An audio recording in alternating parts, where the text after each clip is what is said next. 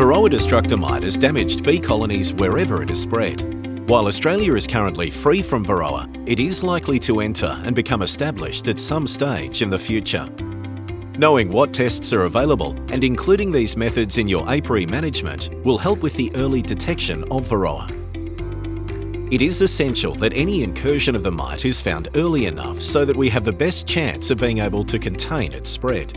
Beekeepers can play an important part by regularly looking for Varroa in their hives. Knowing what Varroa looks like will help during hive inspections. It is important to be able to identify Varroa and tell it apart from other hive debris of similar size and shape.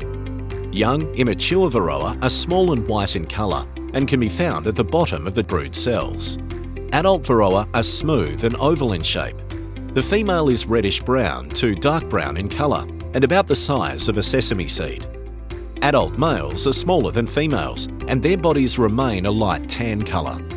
Males are usually only found on pupae and remain in the brood cell. Good beekeeping involves constant checking of bees and brood for disease. Because mites crawl between the hard segments of a bee's abdomen to feed, simply looking at adult bees is not enough. Inspecting brood is a better way to detect Varroa, especially if drone pupae are examined. The best tool to use for drone brood inspection is a capping scratcher. The tines of the scratcher are pushed through the capped drone brood and levered to pull out a large patch of pupae. The brown Varroa can be easily seen against the white drone pupae. Varroa are not evenly spread throughout the hive, and their distribution depends on brood development and the time of year. Varroa are twice as likely to be found on adult bees on the brood comb than in honey supers, so adult bees selected off-brood are better for testing. There are a number of methods used to test for Varroa in colonies. Sticky boards are a non-invasive method to monitor colonies and can be added to the bottom of the brood box to collect any mites that fall through. Two other tests called sugar shake and alcohol wash are commonly used. These tests use around 300 adult bees that have been removed from the brood comb.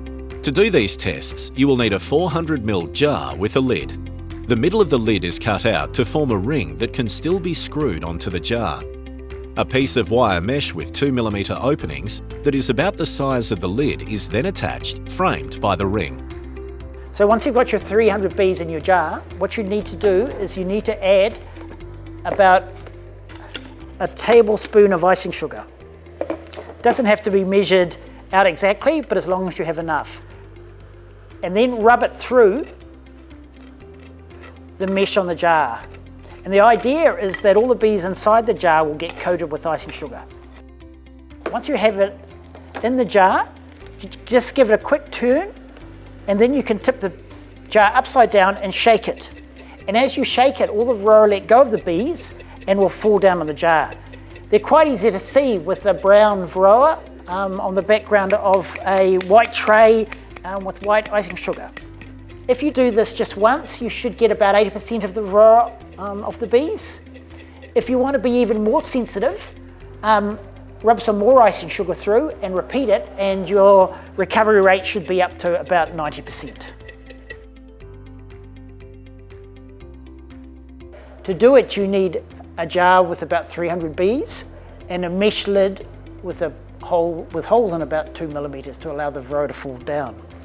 You also need a solid lid because we are going to shake it, and you need either a 25% alcohol solution, that's alcohol with water, or a 25% meth solution, or you can even use low suds detergent. And what we do is we fill the jar till it's about a third full. And then the next step is we have to change the mesh jar for the jar with a solid lid. The trick is to do that without letting any bees escape in the process. With a solid lid, we then have to shake the jar for about 20 seconds, and this is to dislodge the Varroa of the bees. We then replace the solid lid with the mesh lid again,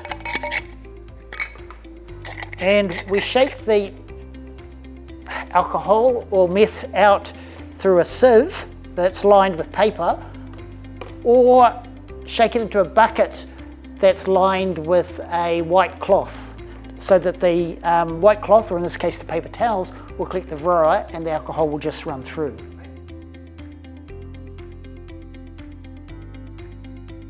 If you just wash the bees once and pour the liquid out through the cloth, it'll collect about 70% of the Varroa.